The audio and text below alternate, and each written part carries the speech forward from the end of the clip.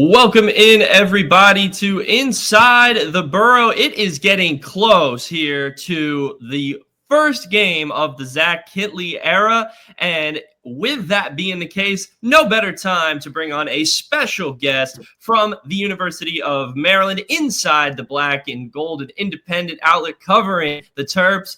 Ahmed Ghafir hopping on with us today. Ahmed, thanks for taking some time. How are you? I'm doing well, Robbie. Appreciate you having me on, man. Of course.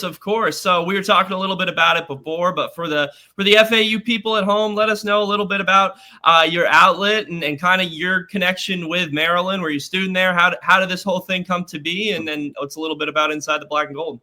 Yeah, absolutely. I graduated undergrad in 2014 from Maryland. I got an MBA from there as well.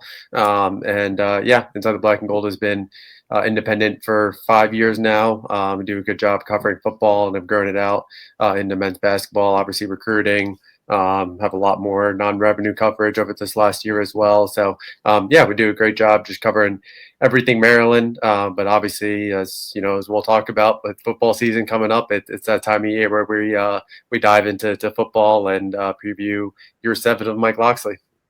Yeah, we could go all day about basketball. I'm a huge college basketball fan, but all I'll say is, you need a break from basketball after everything that went down last offseason? It's been I'll say this: it's been a long off season, so I'm definitely ready for some real sports. But I would say the way that last basketball season ended, really how the season went and how it ended was quite deflating for many. So, but I think Buzz Williams has done a good job, really energizing, bringing his guys and really still embracing Maryland as a university. So I think there's a different level of excitement around the program now. That's good to hear. FAU fans know well how a coaching change can be. So FAU fans, if you're not familiar, Google Kevin Willard. That's all you need to know. But anyway, sticking to football, because that's what we're here for. FAU ships up to Maryland on August 30th, year 7 of the Mike Locksley era, as Ahmed mentioned. What's the kind of vibe around the program? I've seen some things that have been hot seat related, some things that have said no hot seat for Coach Locksley here in year 7. So what's the expectations looking like, and what's the vibe like? Yeah, I think, it all really sums back to really goes back to last season. Prior to the 2024 season, Maryland was coming off 3 consecutive bowl appearances and then 2 bowl wins. And, that hadn't been done in the program in a long, long time. And I think that, obviously the 2024 season, 4-win season, 1 in conference play, and just kind of with having so many veterans on both sides of the ball, I think that the way that the season kind of unfolded, the way that the losses happened, really kind of deflated the fan base a little bit. And I would say in years prior, Maryland had done well against, Ohio State and Michigan. There were, 2021 and the Toledo Tagovailoa years. They did a good job really kind of being competitive with both of those. But there were a lot of games, post bye week where, Maryland would, be deflated in a game that you expect to win. Last year, Northwestern, Rutgers. So I think kind of going into year 7, there's definitely an expectation to win. Obviously Maryland does have a lot of young players that they're going to be leaning on this season. I think the schedule sets up well for them to kind of really get a chance to build some momentum. But I would definitely say that the way that the conference slate unfolds for Maryland is kind of the biggest thing to watch.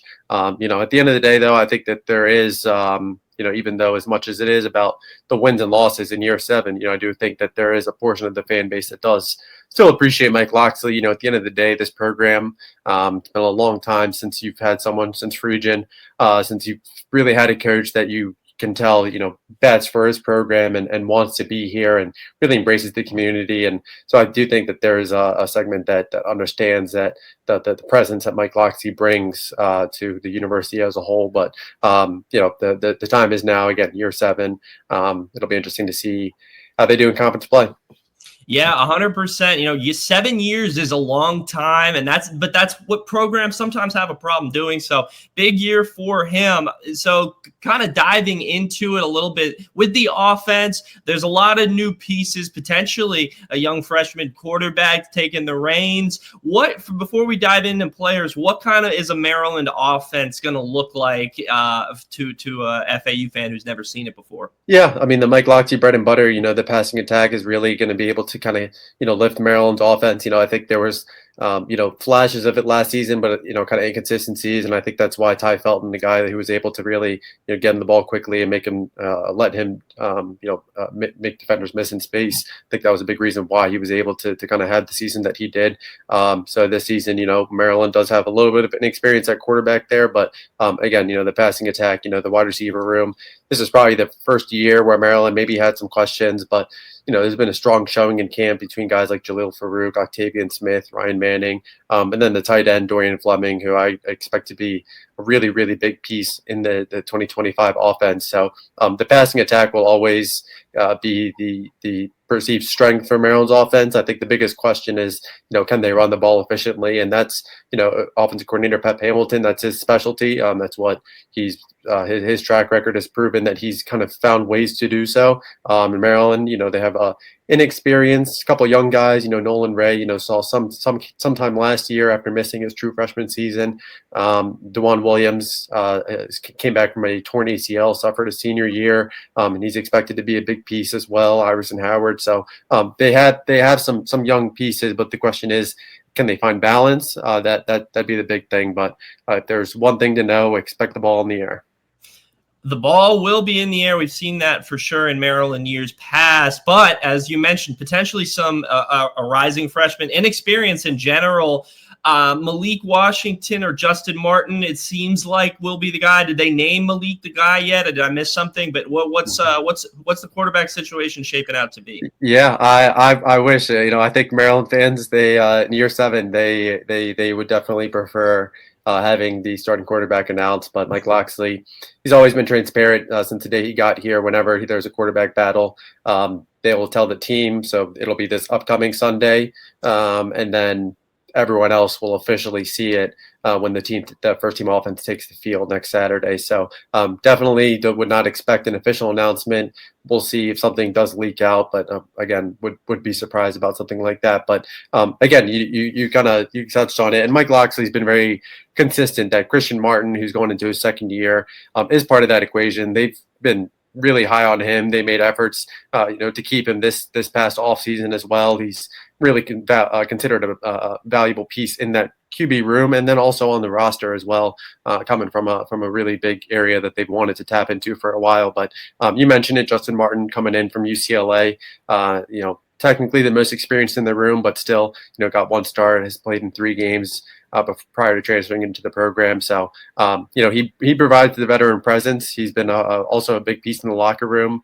Didn't take long for Buzz to really materialize, just how close the quarterback room got really on and off the field. But then, like you mentioned, Malik Washington, I think kind of all eyes are on him to see, whether, when he takes over that starting job, whether it is outright in week 1, whether it is by conference play. I think that will be, again, we'll see how this next week unfolds. But again, I think Malik Washington is really showing all the traits that he did in high school, where he's just extremely poised. He's mature for his age, and you can kind of see it both really on and off the field. The way that he kind of breaks down the game. I'll always point back to a quote local coach told me. It was sophomore year. Malik Washington approached the opposing coach after the game, and that coach could tell from the types of questions that Malik Washington was asking that you could just kind of tell that the football IQ for him is a little bit different than other QBs. So that's been something that's kind of been consistent throughout the local scene, and that has translated to the college scene. So has a chance to be the first true freshman quarterback to start in the program since I believe it was 2017 in Kasim Hill. So he's lived up to expectations, and I think there's definitely a lot of high hopes for him in 2025.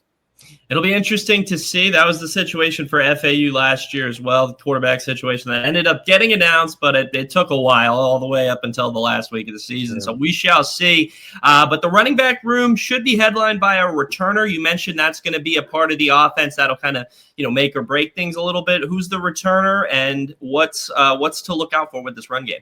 Yeah, absolutely. The main two guys, I would say Nolan Ray is kind of the guy that he's really drawing buzz the last two off seasons, even going into the 2024 season, as someone that could probably push Roman Hemby for a bigger role. And I think kind of with Roman Hemby now at Indiana, I'd expect him to be, a big piece in that in that equation.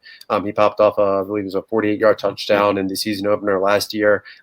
Really, tough tackle in open space, very, very nimble, and he has the kind of the breakaway speed to that big playability. Then DeJuan Williams, he's a guy, he's up about 30 pounds, so he adds a little bit of power, but also has that home run hitting ability. You have freshman Iverson Howard, who his flash is a guy, he arrived in January as well, so you get a chance to get a little bit more time under his belt.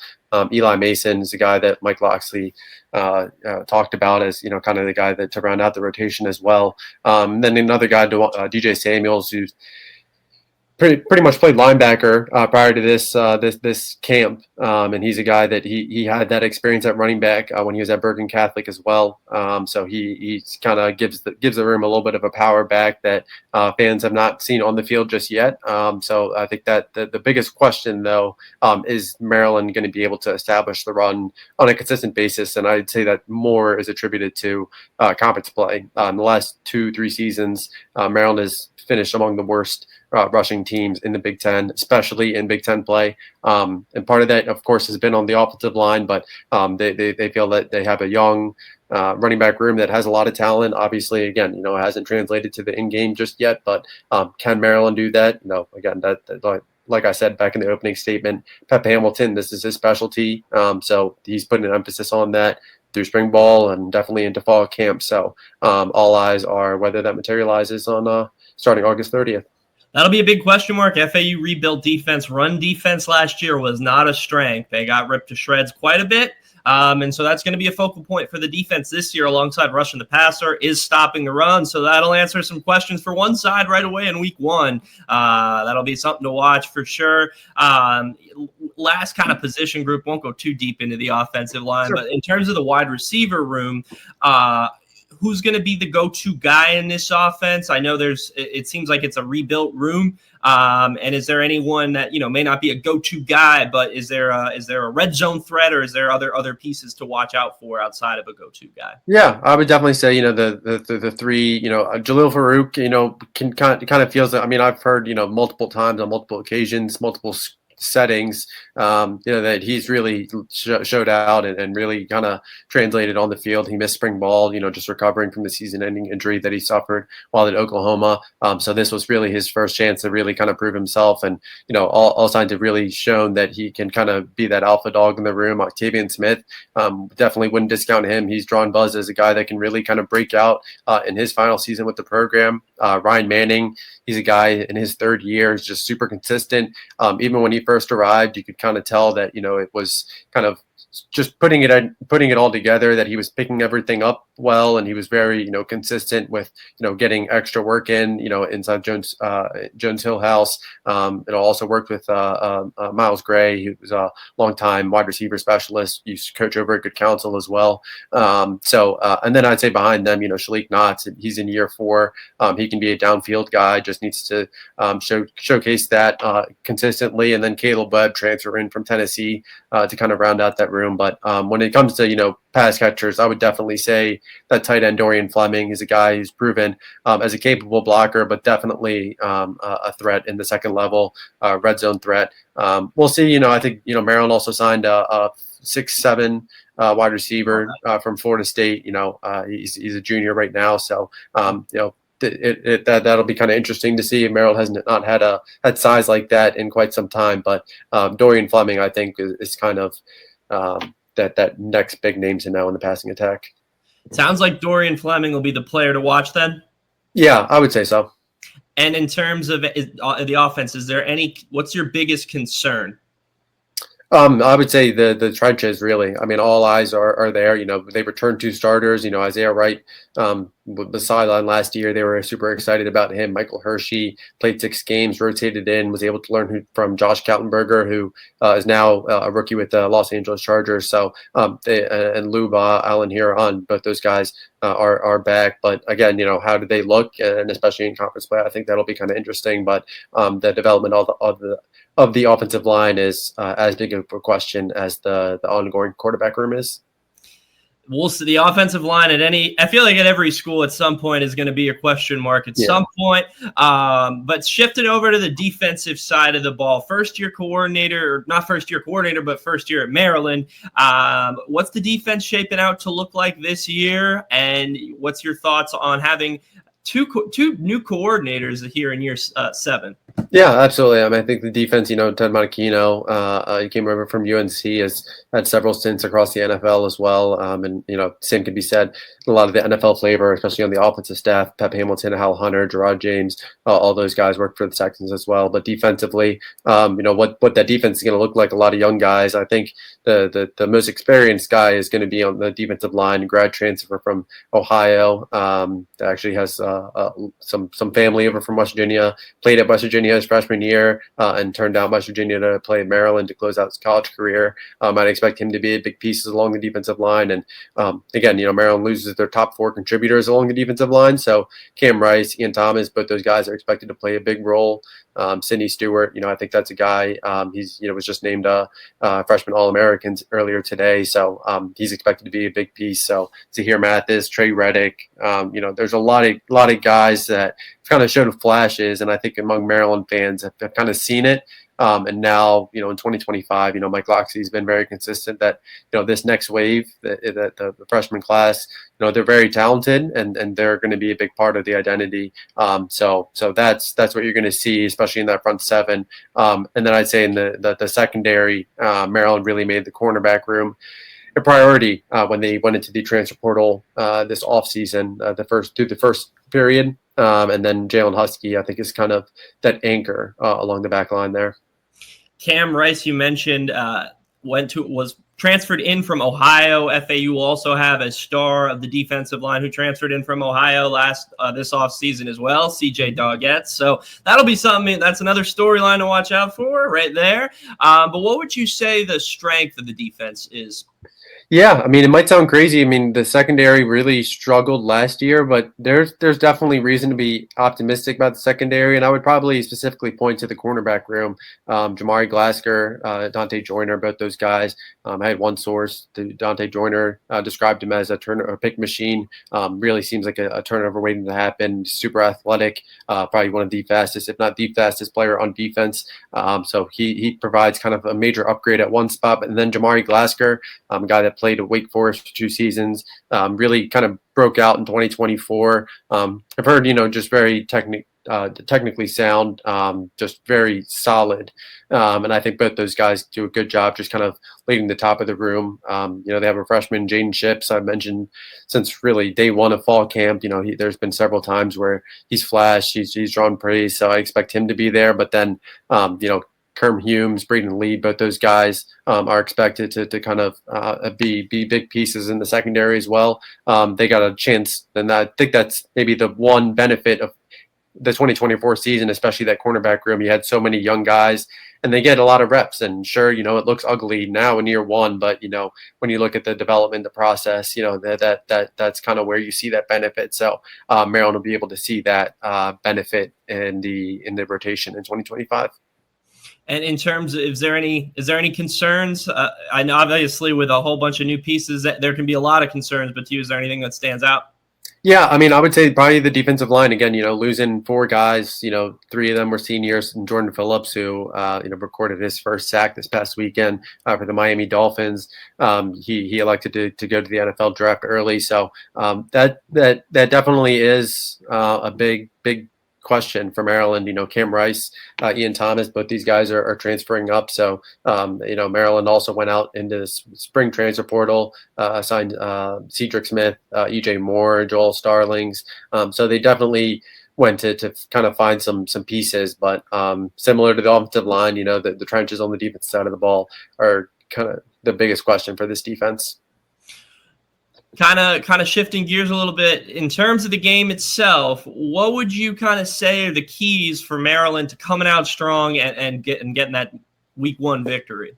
Yeah, I would say, one, really being able to showcase that you can establish the run. I think that'll kind of alleviate, whoever the starting quarterback is. I mean, if it's Malik Washington, that's a true freshman quarterback, and you want to be able to kind of take that pressure off of a true freshman's shoulders. And then if it's a guy like Justin or Christian Martin, again, he's a guy with limited experience. So kind of being able to showcase, the complementary running back room. I didn't touch on it too much, but, the Maryland's pass rush, I think, would say has potential this season. Sidney Stewart is a really big piece. Touched on him. Trey Reddick, Daniel Wingate, an inside backer. Mike Harris. It seems like this linebacker room really. Neo Avery is here. Mathis. They have several pieces to kind of be disruptive in that front seven. And I think, Florida FAU, the quarterback, he has a big arm, and he's showcased that he can beat teams deep. So I think Maryland kind of being able to disrupt him and show signs that that pass rush can kind of materialize on the field. I would say that's kind of the big two for going into this opener. Yeah, that'll be a pass rush is something to watch out for because FAU does have some returners, but does have some new pieces on that line, including a new center. So that'll be interesting to watch. New coach of the offensive line as well, Stephen Hamby. So that's something to keep an eye on. That's always the thing when you have a G5 versus a power team is when the difference in lines. If a G5 line can keep up with that power line, it can be a game. But if the line starts to dominate, then that's when things get a little bit out of control. But Ahmed, winding down here, we do have some FAU alumni coming up making the trip. For any advice for a first-time Floridian FAU fan making the trip up to Sekou Stadium? Did I say it right? Is that how you say it? Sekou? CQ Stadium. CQ Stadium. Okay. CQ Stadium. Yeah, I'd say if you get to College Park, go to Marathon Deli. It's the best place to go. You can get gyro. It's like $10-11. Best meal you'll get in College Park. Then you go inside the stadium, get yourself a crab pretzel. So have yourself a day. Crab pretzel, man. Our co-host sometimes on here, Drew Shula, big fan of the crab fries, so I'll have to let him know about the crab pretzel. But game day wise, is it a big tailgating scene out there? What's it look like, especially opening day? I mean, I imagine it'll be pretty crazy out there. Yeah, it'll be. I mean, I wouldn't say SEC style, but I think it could be decent attendance. But yeah, I think, lot one's usually where the big tailgates are. And then obviously, you have around the Xfinity Center. That's where a lot of people tailgate as well. So just make sure you get parking pass and whatnot. Not too expensive, $20-$30 sometimes, but it could be a little bit more. But yeah, I think, that those are definitely some opportunities on campus close to the stadium that are accessible and drink a nice cold one. There you go. And if you do that, don't get a parking pass, Uber. But Ahmed, thank you so much for taking some time for joining us here today on Inside the Borough. Where can the people find you and your work? Yeah, absolutely. You can find us on InsideTheBlackandGold.net. That's where you can find all of our work, covering football, basketball, recruiting, non-rev. Then you can follow us on social media, Inside Black and Gold. And your go-to source for all your Maryland news.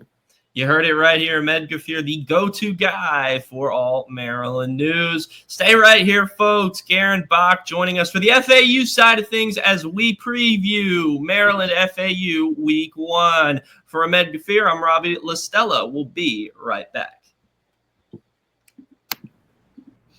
We are back here on Inside the Borough. Robbie Lastella now joined by Garon Bach here to give us the FAU side of things. Thank you to Ahmed Ghafir for hopping on with us to give the Maryland perspective. Garon's been out at camp every day here this summer. Garon, welcome back. How's it going?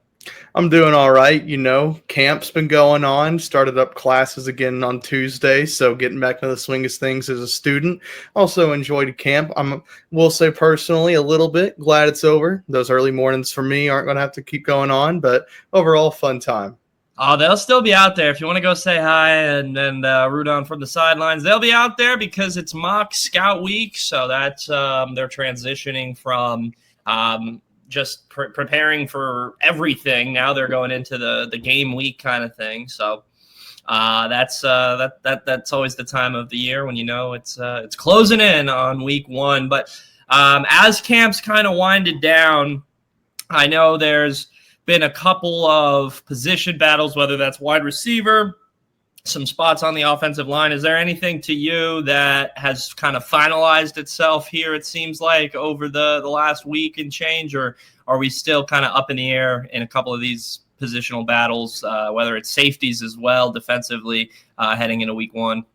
I will start off with the secondary here because this is something I've been trying to keep an eye on, trying to see, once again, still mostly just individual period stuff is what we're getting to watch. So no scrimmages. So I'll be going into the Maryland game with just about the same idea of plays as what the fans will be going into here. But on the endo side of things, the secondary, it's been really fun still because they're still just mixing and matching everybody around. Even though it's mock game week, everyone's still getting moved around. I will say the biggest thing with the secondary is obviously going to be where are they going to line up. Wendell Fillard, he was just announced as one of the captains. I believe he'll be out there. I'm not sure where. I'm thinking over there on one of the corner side of things should be there, and then Zion Parrott as well. Another name. I'd say those two are the ones we've seen consistently so far out there when I do have the opportunity to. But then the offensive line was something else I wanted to touch on because that's solidified, and what I like seeing just from the Florida Atlantic perspective. Robbie, you've known this from football side of things, softball. A lot of people transfer out. And it's kind of nice to see that on the offensive line, we're seeing what I presume to be the starters coming into week one are all people that were here last season. And that's something I enjoy seeing. I'd say the biggest headline coming out of the offensive line is going to be your starter at center. And that's a younger guy. It's going to be Braden Cunningham, a redshirt freshman, is who I see starting at center, who we've heard a lot in the pressers as someone starting at center. And, you could be concerned, hey, this is a younger guy, but everyone is talking to him saying, yeah, he might be just a redshirt freshman, but he knows the calls outs. He knows what's to do. And I mean, he's got a bunch. He's got two on his left, two on his right, just guys who have experience playing for the Owls. That's huge. I'm interested if he ends up taking the role. He's got big shoes to fill. If he does, Fed, we're rooting for him to make that Seahawks roster. But that's a guy right there who will answer a phone call, answer a FaceTime, break down film. I'm sure he's got his own stuff going on now, but I'm sure Fed, if Braden is running the center, will be a guy that they can lean on for sure. But speaking of that, right, I mean, Braden's a redshirt freshman, not a freshman, but we have three freshmen potentially here on the defensive side of the ball that are all going to make an impact. Josh Roberts, Robert Lee potentially in there at linebacker, and Zion Parrott. What's your thoughts on that, Garon? I mean, in the transfer portal day and age, there's always a concern that, if you could find, an experienced DB in the transfer portal instead of relying on a Zion Parrott, or you could go find an edge rusher who maybe flamed out somewhere at a Big Ten or an SEC instead of playing a freshman in Josh Roberts. But right away, Zach Kitley here in year one has found freshmen he's liked, and it's looking like they might play a role here in week one. What do you think? Well, overall for the freshmen, I think it's really interesting because a lot of the things that we've hit on for the defense is the fact that they are young, regardless of who's transferred in. I mean, I just finished up writing up the preview, posted it just now, I'd say about 40 minutes ago on the Owl's Nest for the defensive ends. And I mean, you look at the room, they talked about a redshirt sophomore being one of the older guys on the team. You know what? I mean, for me to hear that, it's just like, okay, there's a lot of just young guys here. And that means there might be some questions or concerns about how young they are. But like I mentioned earlier with Zion Parrott, someone who's looked really good. You saw him during spring. He's been someone that just keeps getting brought up again and again and again as just, I'm not sure if he's going to be that main guy, but he's going to play. That's what we've heard. And I would not be shocked to see him come up with those type of game-changing plays, those type of moments that the Owls are going to need down the line, especially going into week 1. And then the linebackers with Rob Lee. A couple of days ago, whenever I talked to Schwans about Lee, he mentioned a drill that Lee did, and that was something that stood out to me. And it was that he said that it was a goal line and short yardage drill, and he said that it was a Rob Lee type of day. And I feel like if we're going to be able to see Rob Lee in the linebacker core as someone who's going to be able to stand out, a young guy, I like hearing those type of things, short yardage, goal line, those moments where you can have those point swings, those moments in a game where you can cause 7 points to 3 points, or maybe even cause a 4th and goal and turn the ball over. And then finally on that list of names, I mean, it's going to be Josh Roberts, the guy I talked to today.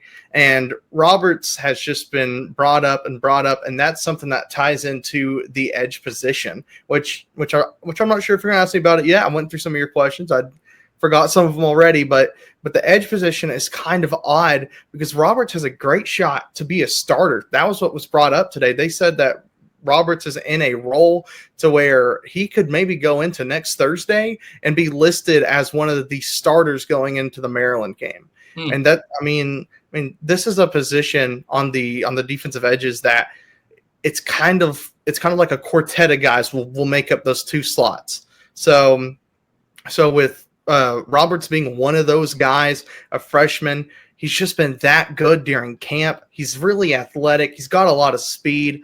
I'm excited to see him. And, we hopefully he'll stay here for longer than just this season. I hate saying those things, but you see a good freshman, you're like, well, dang, it's going to be fun to have him now. It's always a concern, but, FAU's got history developing defensive linemen and putting them into the pros. Trey Hendrickson, if you look at ESPN, probably hear about him.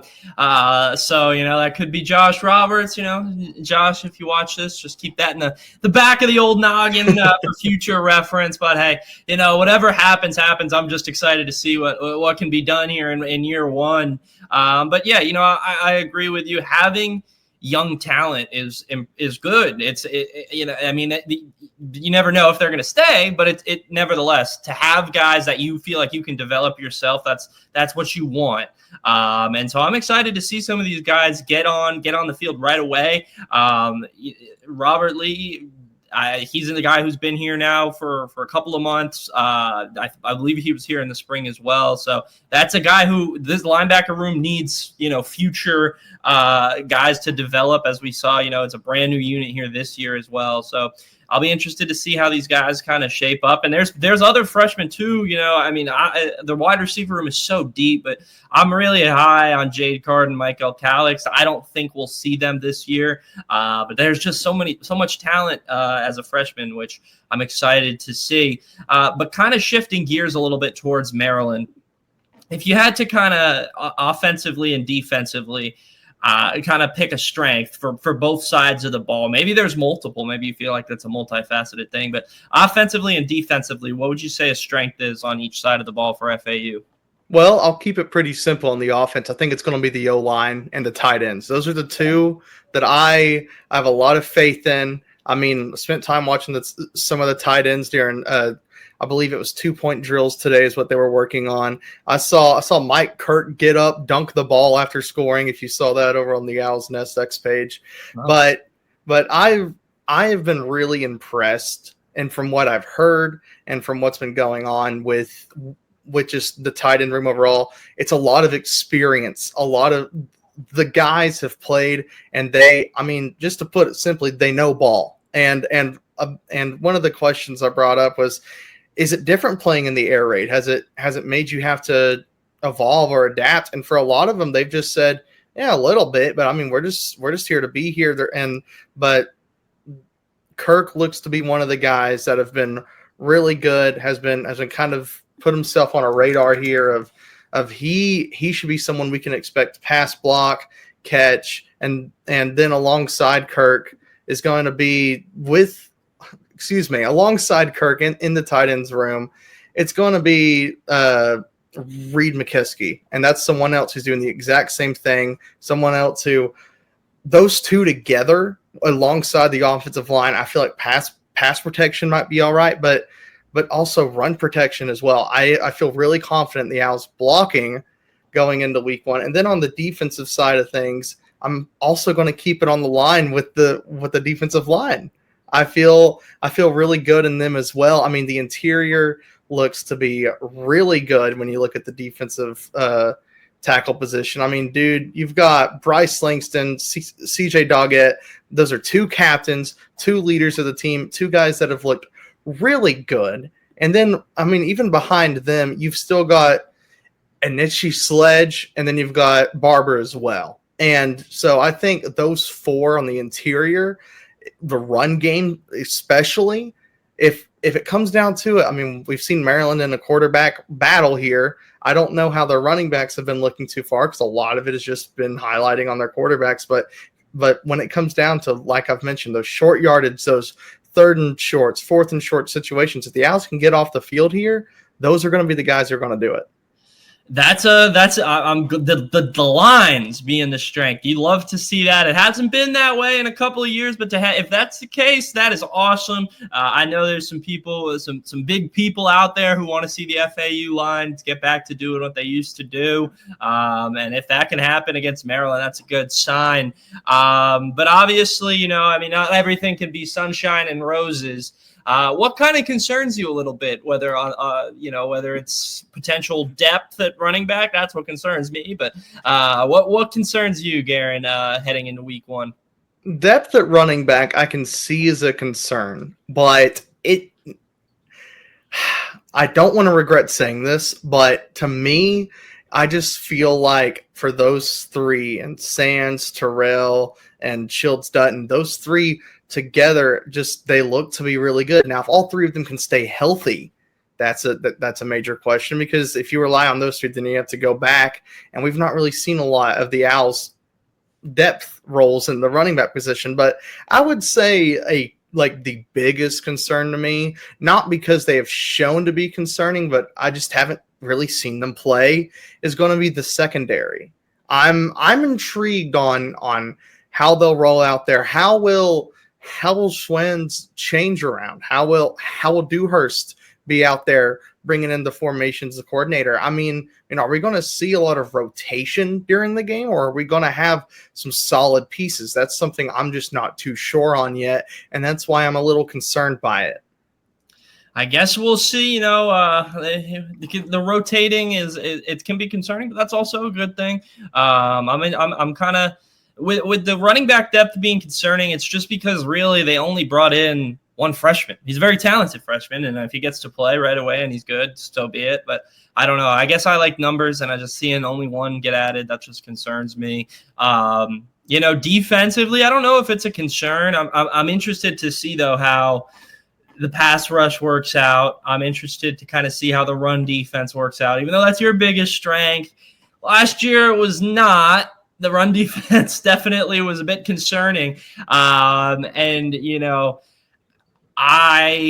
am hoping you are correct, because as our guy Ahmed mentioned to us, the key he believes for Maryland to be successful offensively in this game is they're going to have an inexperienced quarterback, whether it's Malik Washington, who's a true freshman. They have a sophomore in there as well, and a redshirt freshman. So whoever's getting the job isn't that experienced. So his key is going to be, can they get a running game going alongside that? Now they have a running back in Ray, who he was there last year as their backup running back at about 400 yards and change. So he's going to be the starter.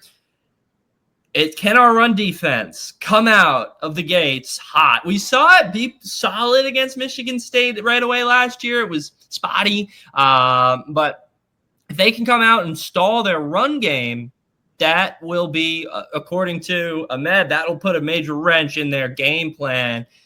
You said you're confident in it, but I'll ask again just to confirm, maybe Do you think our run defense will be able to kind of stymie Maryland's run game a little bit? And you know what, Robbie, you know better than I do, I'm sure, on the optimism side of things. You gotta live life on the wild side here, and I don't want to be too biased here, but I will say that I strongly do believe that when it comes down to the linebacker core alongside with the defensive line, that, you know, unless Maryland just strictly goes, we're running the ball every single play and we're just going to keep doing it until you're exhausted, which will also throw a wrench in their plan of, you got to keep guys healthy. Yeah. And with FAU, the offense for Florida Atlantic, as long as it works out the way we're expecting it to, I can't remember who said it today, but one of the coaches said that the offense is a 2-minute drill every single play. And so whenever you talk about the Florida Atlantic offense, you're going, okay, yeah, they got to hurry up, but they're not going to be on the field as much. If you got to keep your team and you're running the ball and you got to keep the ball 35, 40, 45 minutes in a game, you're going to wear yourself out. But that also goes towards the Owls as well. And that's why I mentioned the 2 deep on the interior, because it's not just your main guys here that are going to be the leaders in Langston and Doggett. I really like Sledge a lot here. He seems to be the guy that's going to fill in the short yardage situations when called upon. He mentioned, well, Langston shared that for the whole group, they all work together, but one of the guys that was highlighted as a run guy was Sledge. And that's why I truly believe that just because we don't have to focus on the top 2 guys and that the Owls can go to 3-4 guys on the interior of the line here, they should have a decent shot. And that's the reason why I feel confident in it. Rotating is huge. I mean, having depth is definitely what, that was one of the strengths last year, I guess you could say, was there was depth. At times it didn't work out, but having depth is definitely going to be key against a Big Ten team. And we saw that work in the first game of the year, then just went downhill from there.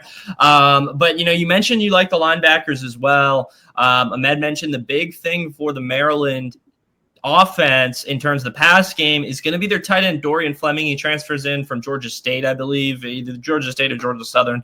I'm not remembering off the top of my head, but nevertheless, he played last year, had about 500 yards and a couple touchdowns. He is expected to be a big contributor in their offense. Considering tight end and FAU's offense is probably not what they're going against a lot in practice. Now, I'm sure they're changing things up for Scout Week here, but is that a concern at all that maybe, a star tight end is something that maybe, could give them issues, or are we going to, is there a path to being successful against that as well?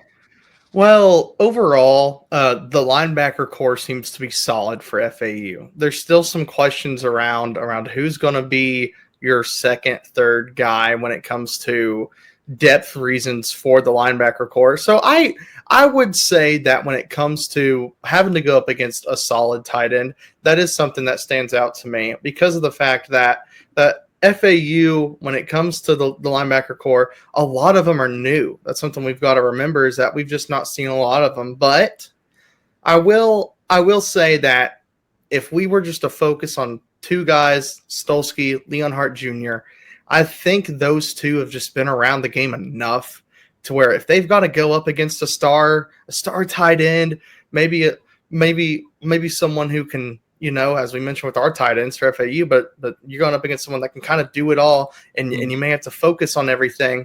I believe those 2 together have the kind of wherewithal to know what to do in situations. Now, I will add that I'm not too confident in the remainder because, we just can't say that we've seen everything. But with Johnson, Lampkin, those are some guys that might be some depth pieces as well. I just think that once we see what happens is what happens. But with the top 2 guys, I mentioned Hart, Stolsky, I think those 2 should be the guys that if we could, in a perfect world, just say those 2 versus this tight end, I think would be a pretty even matchup. So that'd just be one I'd like to see play out on the field. We will see it play out on the field, indeed, just a week away. But in terms of Maryland's defense, one of the biggest strengths he believes will be their cornerbacks. After all this offseason of the offense, of Easton Messer, Caden Veldkamp, of everything this offense can do, they're going to face a team right away in week one where it's believed to be the strength of the defense is those corners. Are we confident right away that Easton, Quincy Brown, J.R. Wilson, are going to be able to create that separation? Or, could there be some bumps in the road in this game? That I'm going to have to drop my optimism on here, not because I don't think the wide receiver room is that good for FAU. I mean, dude, we've got Platt was one of the names you didn't mention. Yeah. Racine, one of the names.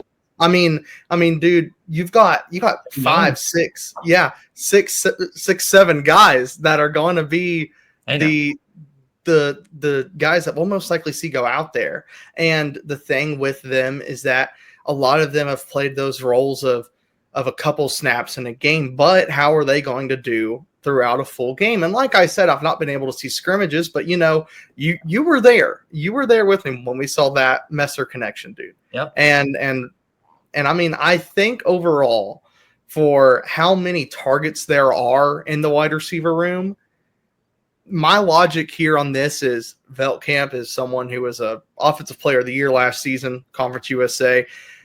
He's got to be able to find separation. I mean, as a quarterback, that's just something you look for, it. And that's why I do think it's going to be a hard challenge. That there's a reason why you go on the road, play a Big Ten team first game. You don't go in there expecting to win. You go in there expecting to upset some fans, some people. And I will say a Big Ten secondary, Power 4 secondary, one that has suffered some of their losses with transfers, but also got a few good transfers in. That's another one that I would like to be optimistic and say the wide receiver core, the right route trees look good. And that's the reason why I brought up the tight ends earlier, is because I think if we can try to put an emphasis on, hey, all 5 guys out here that are going to be running routes, if you send all 5, someone's going to end up being open. And that's why I truthfully believe that the Owls should have a good shot passing the ball. But, I mean, you also mentioned the run game. And I guess I'll go ahead and dive into that. I think once we can get someone, once we find out who is that main running back, because we've heard the three-headed monster, but it's been with the hot hand. And Shields Dutton has been someone who I was expecting to be the third slot. He's been someone who's been looking like he's been moving up maybe towards that 1-2 in some scenarios. So I'm excited to see how this goes, because every single position player has hands. Every single one can catch the ball. And while the secondary is going to be a concern while Maryland secondary is going to be a concern for the wide receivers for Florida Atlantic, I think it just depends on who came prepared that day. And we'll see that on 30. Yeah, we will. Winding down here, I will say something that gives me a bit of positivity. Obviously, Easton is Easton, but in terms of guys on the outside, right? Assad is gone. Assad Wasim, we'll go guys I didn't name first. Assad Wasim has gone against DBs at the Big 12 level in Colorado. Didn't play a ton, but played in practice there. Had the talent to go there. And it's just like, for example, obviously talent can be at any level. So, and in terms of look at Quincy Brown, he was at TCU and had touchdowns the year they went to the national championship. And J.R. Wilson was at Virginia. He played. So I think there's a chance that they're able to create separation and do their thing here in week 1 against Maryland. Last year we saw the offense get stymied against Michigan State. That was last year, and I've been talking about last year, and I think that might be the last time I need to talk about last year. Week 1, what do you think we need to do to be competitive in this game? I mean, what to you is going to be the kind of key factors that FAU needs to complete to stay in this game?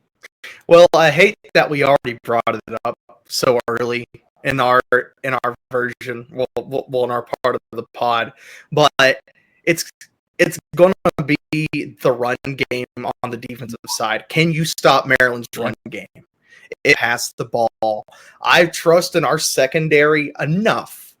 I have my questions about them, but I trust in there enough when you've got an inexperienced quarterback in there who's trying to make those reads against a front, a defensive front that has a lot of experience, some speed off the end, two physical guys in the middle. I think that the Owls defensive front is going to be the biggest difference in this game.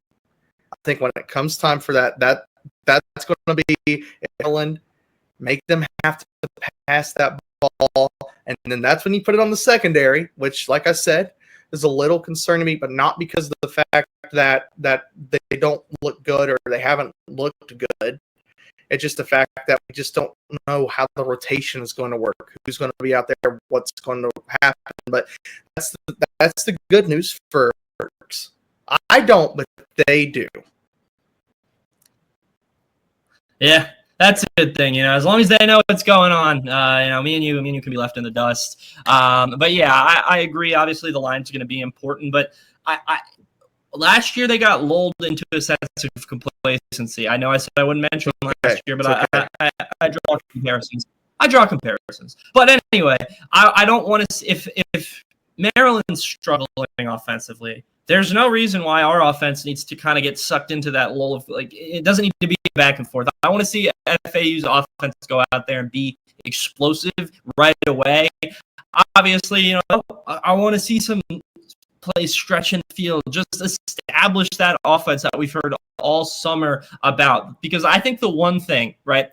I don't think there's many FAU fans out there that are going into this game, oh yeah, they have to win. If they don't, the season's cooked. But I think the one thing that will leave people a bit concerned leaving that game is if the offense last time looks like last year. If we're putting up 100 total yards, we're getting sacked left and right, and there's no run game. If it just looks atrocious, then that's concerning. I just want to see it look pretty. Everything we've heard about the Zach Kidley offense is that it's going to be fun. It's going to be something that fans look forward to. Wins or losses aside, just give me some points, make it fun, and get us back home for FAMU and FIU. My eyes are set on. Get to, at worst, 2-1 going into that Memphis game. All bets are off. Get some momentum. But that's just my thoughts on it. Garon, final thoughts here. Is there anything you're looking out for here in the final week and change before we head to Maryland, whether that's at the press conferences, hearing something from the coaches, or is there any positions you're keeping a big eye on here over the final week? You were hitting on about the Zach Kidley offense. I just want to put it out there that there have been 3 words that keep getting brought up, or 3 statements that keep getting brought up, regardless of player, coach, if it's Kidley himself, and those words have been opportunity, role, and aggressiveness. You got to know your role.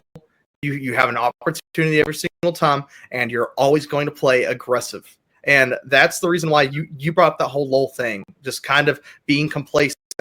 I truthfully believe, I strongly believe, the Owls, we may throw a few interceptions. There might be some miscues, things like that. I say this from my heart. I believe this. Everyone else watching, I think that if Florida Atlantic has the opportunity to score, 5 seconds left in the first half, 10 minutes to go in the third, doesn't matter. They're going to send the ball down there. I believe in that wholeheartedly. But going into the final, 10 days, 9 days left of just pressers, seeing everything. The thing I'm looking forward to is who are going to be your guys on special teams. That was the last thing I've been looking at. We've got a good idea with punt return with Messer. I believe that's that guy. He can do it all. But I'm excited to see kickoff return. I'm excited to see who are going to be those 2 guys back there. I mean, early in camp we heard, hey, it could be one of these wide receivers, going to be one of these starting running backs, and that was something Kitley coached. But that's really the last thing I'm focused on, is trying to see. I mean, obviously, we'll know when the roster comes out. He'll be out there, and we can answer a lot more questions. But with kickoff return, punt return, special teams, I'm excited to see how that plays out. I'm excited to see who's put back there, and I'm intrigued on how will that impact the aggressiveness factor. Are we going to see if there's 15 seconds left return and try to get 40, 30 yards and put yourself in field goal range? But that's about all I've got now. There you go. Special teams. You can't forget about it. It's one of the most important parts of the game. It's one of the most. I'll be reading your positional previews for special teams if no one else will be. If there are no fans of special teams, I am dead now. But I'm looking forward to these final couple of days here before week one, and I'm really looking forward to the start of the season. It's been a lot of anticipation. I've had 3 head coaches during my, well, really 4, but I wasn't around when Lane first came to FAU, but I was here for the beginning of the Taggart era, the beginning of the Herman era. This one to me feels like the most exciting. I probably would have said that, last year or whenever we were hiring Herman. I would have said, "Oh yeah, this doesn't matter. More exciting." Doesn't matter. But you know what? This. Thank you so much for tuning into this week's episode of Inside the Burrow. If you're watching this close to the Maryland game, make sure to get your tickets and get up and go. That's what I say. If you're a fan, if you're of FAU and you're in the Northeast, which I know a lot of people are, get up and go. We need a good crowd attendance there. We need to be rowdy. Ahmed wasn't confident it'll be a rowdy sellout. He said it'll be a good attendance, but it won't be a sellout. So, if we go in there and we're allowed to make some noise, could make an impact. We'll see. But folks, follow along on FAU Owl's Nest for all the coverage. Garon, what's your Twitter at? And where can I'll figure out how to put it in here one day, but it's at gbach2003. Find me on X, Twitter. You can also follow Garon Bach Media on Instagram, even though it's mostly just what's being posted on the Owl's Nest. But hey, I appreciate the follow. Yeah, there you go. So make sure to stay tuned with Garon. He'll have you covered for everything you need to know heading into week 1. To Ahmed, our guest from Maryland, thank you very much. To all the Owl's Nest fans, we thank you. For Garon Bach, I'm Robbie Lastella. We'll see you next time.